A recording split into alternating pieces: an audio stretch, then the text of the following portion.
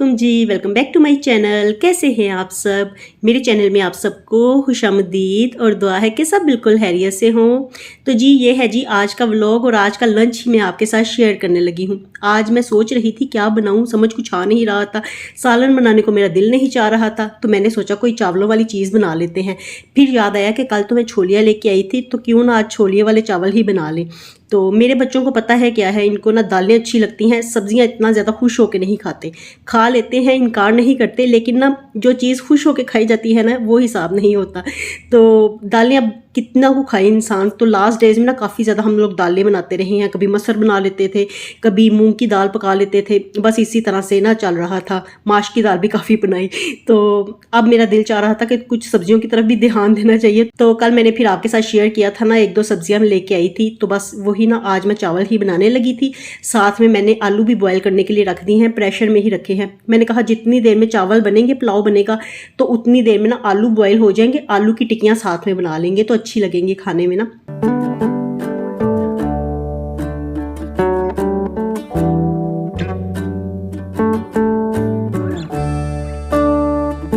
और चलिए ये देखिए, ये दोपहर का टाइम है और कल जो इतनी ज़बरदस्त तेज़ बारिश हो रही थी ना, आज वो सारा मौसम गायब हो गया है। तो धूप कड़ाके की, फुल कड़ाके की धूप निकल आई है आज। और मैं यही देख रही थी, मैंने कहा कल इतनी छमाछम बारिश हो रही थी और आज धूप निकल आई है, तो अल्लाह की कुदरत है, अब क्या किया जा सकता है। मैं आपको ना यहाँ पे दिखाती हूँ, ये मेरा जो गुलाब का पौधा है ना, इस पे ना 4-4 फूल इकट्ठे लगते हैं। पता नहीं ये क्या हिसाब है। तो ये ना 4 फूल 5 फूल इकट्ठे एक गुच्छे की सूरत में लगते हैं, जैसे कि हमने गुलदस्ता बनाया हो ना। आपको मैं दिखा रही थी कि देखिए वहाँ पे भी 4-5 फूल लगे हुए थे और यहाँ पे भी 4 फूल इकट्ठे ही खिले हुए हैं।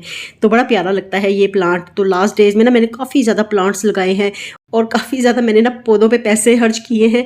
तो मुझे ना ग्रीनरी अच्छी लगती है। जब तक घर में ग्रीनरी ना हो तो मुझे फिर ना ऐसे अच्छा नहीं लगता, सूना सूना लगता था टेरेस। तो अब माशाल्लाह काफ़ी हरियाली हो गई है और आगे फिर ना और भी ज़्यादा ना पत्ते नए निकलेंगे, फूल खिलेंगे इंशाल्लाह ताला। तो अब मैं दोबारा से वापस आ गई हूँ किचन में। मैंने कहा चलो अब पुलाव बना लेते हैं। ये देखिए, ये छोलिया जो मैं कल लेके आई थी ना, इसी तरह से ही मैंने शॉपिंग बैग में ही पड़ा हुआ था ना ये, तो इसको ऐसे ही फ्रिज में रख दिया था। मुझे पता था आज मैं ये पका ही लूँगी, तो फिर मैंने ना इसको फ्रीज़ नहीं किया। इसी तरह से ये फ्रिज में पड़ा हुआ था, तो आज वही निकाल के टोकरी में डाल के मैंने इसको अच्छी तरह से धो लिया। इसमें रेत मिट्टी वगैरह बड़ी ज़्यादा होती है।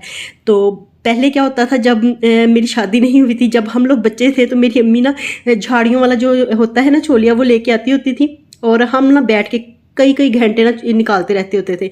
तो मैं आज अपने बच्चों के साथ भी ना ये बात शेयर कर रही थी कि हम तो निकालते थे। तो आजकल तो इतनी सहूलत हो गई है कि बाजार से ऐसे ही दाने निकले हुए मिल जाते हैं, तो ला के फटाफट से हम बना लेते हैं।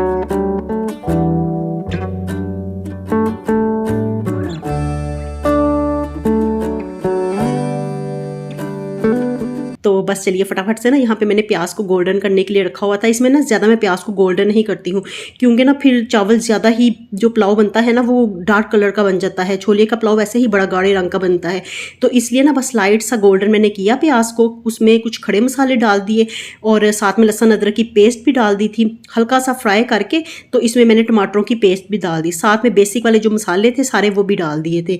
और अब इसका मसाला मैं भून लूँगी। मसाला भूनने से पहले ना मैंने इसमें छोलिया भी डाल दिया था। मैंने कहा चलो जितना मसाले में भी पानी है ना, तो वो साथ में वो भी गल जाएगा, छोलिया भी साथ में ना हल्का सा फ्राई हो जाएगा। तो इतना ज़्यादा पानी नहीं था, टमाटरों का पानी मैंने खुश कर लिया हुआ था और थोड़ा मसाला भूनने वाला था, तो साथ छोलिया भी डाल दिया है। देखिए इसमें काफ़ी ज़्यादा ग्रेवी है ना, तो बस इसको मैंने ना फिर ढक के रख दिया था। सीज़न का छोलिया ना, तो इसको गलने में ज़्यादा टाइम नहीं लगता है, वरना अगर जब टाइम गुजरता जाएगा ना, फिर इसको गलाने के लिए अक्सर मैं प्रेशर भी थोड़ी देर के लिए लगाया करती हूँ। लेकिन अभी तो फ़िलहाल ऐसे ही गल जाएगा। नरम नरम कूला कूला सा था।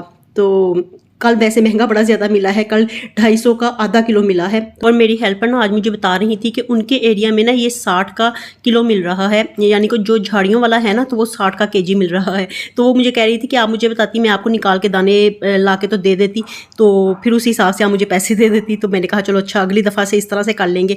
आपको मैं झाड़ियों वाले छोलिए के पैसे दूंगी, तो वो आप निकाल के दे देना, मैं निकलवाइए आपको दे दूंगी।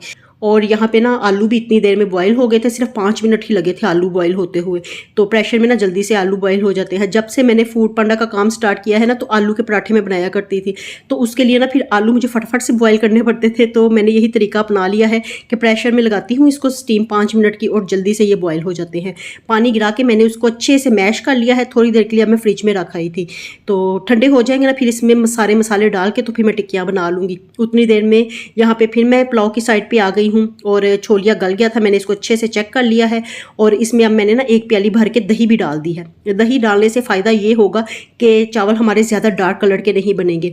और मैंने देखा है कि काफ़ी लोग ना पुलाव इस तरह से भी बनाते हैं कि छोलिया बॉयल करते हैं या प्रेशर लगा लेते हैं, जो पानी होता है ना उसको गिरा देते हैं, कि उसकी वजह से ना ये गाढ़े रंग के चावल या सालन बनता है। लेकिन मैं नहीं बनाती इस तरह से, सारी तो ग़िज़ाइयत फिर उस तरह से निकल जाएगी ना। तो मैं ना इसी तरह से ही पकाती हूँ, फ्राई कर लेती हूँ और थोड़ी सी दही डाल देती हूँ, फिर ना कोई इसके रंग पे फ़र्क नहीं पड़ता है। चलिए, अब मैंने ना दही को मिक्स करके साथ ही इसमें चावल भी डाल दिए थे और गर्म मसाला डाल दिया। थोड़ा सा मैंने नमक को डाला था, नमक की मिकदार पूरी की थी, और बस उसको ना मैंने आधा ढक के ना पकने के लिए रख दिया है।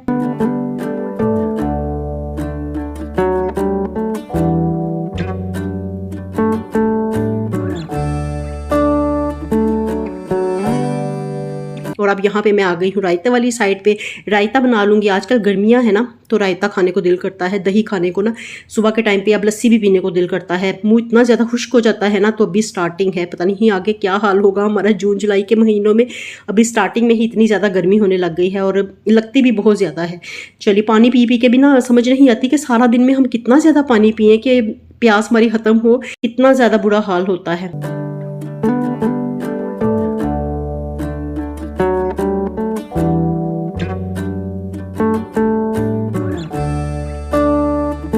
और दही में ना मैंने पुदीना और धनिया कूट के रखा हुआ था, तो वो मिक्स कर दिया है। साथ में ना पुदीना रायता मिक्स मिलता है, तो वो मैंने डाल दिया है, थोड़ा सा मसाला, और इसको अच्छे से मिक्स करके तो ये रायता हमारा तैयार हो गया है। इधर दूसरी तरफ पुलाव में पानी खुश्क हो गया था, तो जब चावलों में थोड़ा सा पानी रह जाता है ना, थोड़े गीले गीले चावल होते हैं, फिर मैं इनको दम पे रख देती हूँ। बिल्कुल पानी को खुश्क नहीं करती, वरना फिर ना वो पैंदे के साथ चिपक जाते हैं। तो इसलिए ना गीले गीले चावलों को हमेशा मैं दम पे रखती हूँ। दम लगाई थी मैं चावलों को, और अब यहाँ पे मैं बनाने लगी हूँ सलाद। तो सलाद के लिए कुछ खास चीज़ें मेरे पास थी नहीं, बस प्याज और खीरा था, तो मैंने कहा चलो इसी को ही काट लेते हैं। तो कटर के साथ प्याज को मैंने बिल्कुल बारीक काट लिया है, और खीरे में ले आई थी कल। तो ये सब चीज़ें ना आजकल हमें गर्मियों में खानी चाहिए। जिस्म की गर्मी को ये दूर करता है खीरा, तो फ़ायदेमंद भी बहुत ज़्यादा होता है ना। तो सलाद मैं ना उस दिन बनाती हूँ जिस दिन हम लोग ना दोपहर के टाइम पे लंच करते हैं, वरना अक्सर ऐसे होता है कि दोपहर के टाइम पे हमारा नाश्ता हो रहा होता है, लंच बीच में से स्किप हो जाता है, तो फिर ना रात के वक्त मैं सलाद नहीं बनाती हूँ। बस ऐसे ही रात को हम लोग नहीं खाते हैं, तो लंच अगर दोपहर के टाइम में हम लोग टाइम पे कर लें, तो तब हम सलाद भी लाजमी फिर बनाते हैं। और आजकल खीरे तो लाजमी इस्तेमाल कर रहे हैं।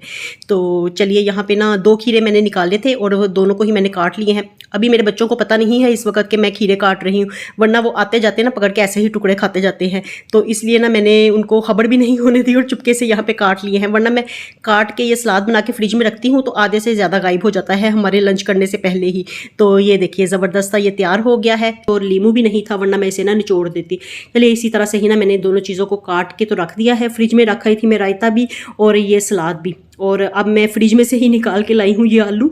तो आलू ना ठंडे हो गए थे, तो मैंने फिर ना आधे लिए हैं। बाकी मैंने सोचा कि चलो आलू के पराठे बना लेंगे सुबह नाश्ते में, कल की बात कर रही हूँ। तो उसके लिए फिर आधे आलू मैंने ऐसे ही बॉयल किए हुए रख दिए फ्रिज में, और बाकी जो आलू थे ना आधे, तो उसमें मैं अब मसाला मिक्स करने लगी हूँ। तो वही बेसिक वाले इसमें सारे मैं मसाले डालूंगी। प्याज जो मैंने सलाद के लिए रखा हुआ था, तो आधा मैंने उसमें डाला था, आधा इसमें डाल दिया है चॉप करके, और हरी मिर्चें डाल दी थी, और 2 टेबलस्पून मैंने इसमें कॉर्नफ्लोर डाल दिया था। बाकी सारे बेसिक वाले मसाले ही डाले थे, और थोड़ा सा इसमें चाट मसाला भी डाला था। तो ये जो आलू की टिक्कियाँ है ना, है तो सिंपल रेसिपी, लेकिन ये खाने में बहुत मज़ेदार लगते हैं। तो इसके ऊपर ना मैं बेसन की कोटिंग करूँगी, वो आगे चल के मैं आपको दिखाती हूँ। पहले मैं इसको मिक्स करके रख लूँ।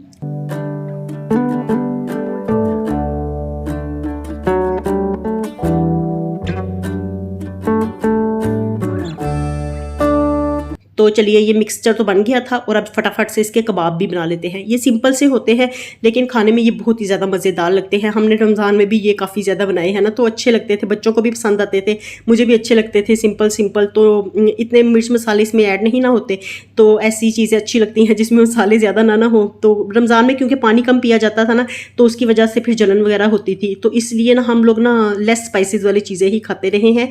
और ये कबाब देखिए मैंने सारे बना लिए हैं, और अब मैं निकाल के ले ले आई थी फ्रिज में से बेसन।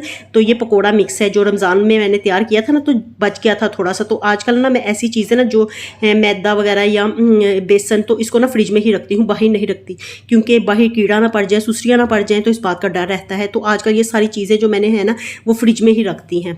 तो पकोड़ा मिक्स मैं निकाल के लाई हूँ, इसमें पहले से ही सारे मसाले हैं, तो मुझे कोई एक्स्ट्रा मसाले इसमें डालने नहीं पड़े। तो इसकी मैं कोटिंग कर लूँगी। तो इसका ना बिल्कुल गाढ़ा सा मैं तैयार करूँगी मिक्सचर, ज़्यादा इसको पतला नहीं करना, वरना ऐसे ना हो के कोटिंग ही ना हो पाए, सारा बेसन बह ही जाए ना, टिक्की के ऊपर लगे ही ना। तो ये देखिए ये गाढ़ा गाढ़ा सा मैंने तैयार कर लिया है।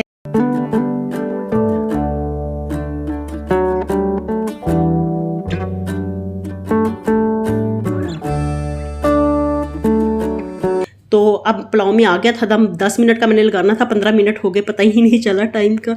तो फिर मैंने ना फ़ौरन से ढक्कन उतार दिया था। मैंने कहा इसको पलटती हूँ जब ये भाप निकल जाएगी।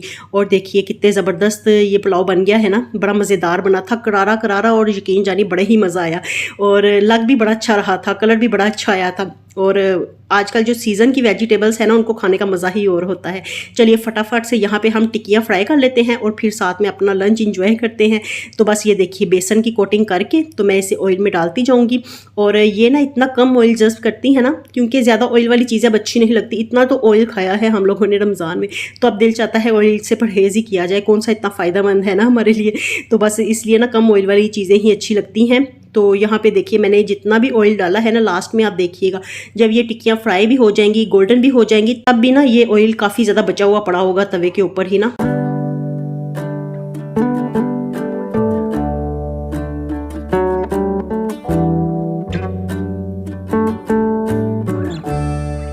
तो टिक्कियाँ सारी अच्छे से गोल्डन हो गई, मैंने उल्टा पुल्टा के इनको अच्छे से कलर दिलवा लिया है। तो गोल्डन गोल्डन ज़रा ना अच्छी लगती हैं। और बेसन की कोटिंग मैंने इसलिए की है क्योंकि इसके साथ ना ये क्रिस्पी हो जाती हैं। तो इसलिए ना लाजमी मैं ना जो खाली आलू की हो ना टिक्कियाँ, उसके ऊपर बेसन की कोटिंग ज़रूर करती हूँ। वरना अगर आलू चिकन के टिक्कियाँ हो, कबाब हो, तो फिर उस पर नहीं करती, उस पर मैं ब्रेड क्रम्स लगा लिया करती हूँ। लेकिन ये सादी टिक्कियाँ जो सिर्फ आलू के साथ होती है, इन पर बेसन की कोटिंग करके अगर इनको फ्राई किया जाए ना, तो कलर भी बड़ा अच्छा आता है, क्रिस्पी भी हो जाती हैं, जायका भी इनका मज़ीद बढ़ जाता है। चलिए टिक्कियाँ तो फ्राई हो गई थी हमारी, और यहाँ पे मैं अब आपको दिखाती हूँ अपनी प्लेट आज के हमारे लंच की। तो मज़ेदार सा, डिलीशियस सा, टेस्टी सा हमारा लंच तैयार हो गया था। देखिए टिक्कियाँ भी कितनी अच्छी लग रही है ना, चावल भी बहुत ज़्यादा खिले खिले बने थे। इतना मज़ेदार ये पुलाव बन के तैयार हुआ था ना कि क्या ही बताऊँ आपको, आप भी ज़रूर ट्राई कीजिएगा। तो चलिए आपको अगर मेरी रेसिपी पसंद आए ना, तो देखिएगा इसको ज़रूर, इसको ट्राई कीजिएगा। और ये रहा जी हमारा आज का लंच। तो चलिए अब हम करते हैं अपना लंच। बच्चे भी इस वक्त बैठे हुए थे कि आज उनको छुट्टी थी ना स्कूल से, तो इसलिए ना बस सुबह के टाइम पे हमने हल्का फुल्का ही नाश्ता किया था। हमने कहा चलो टाइम से ना आज लंच कर लेंगे। चलिए जी करते हैं अपना लंच। आपसे लेती हूँ इजाज़त, मिलूंगी नए व्लॉग के साथ। खुश रहिए जी, आबाद रहिए, अपना बहुत सा ख्याल रखिएगा। अल्लाह हाफिज़।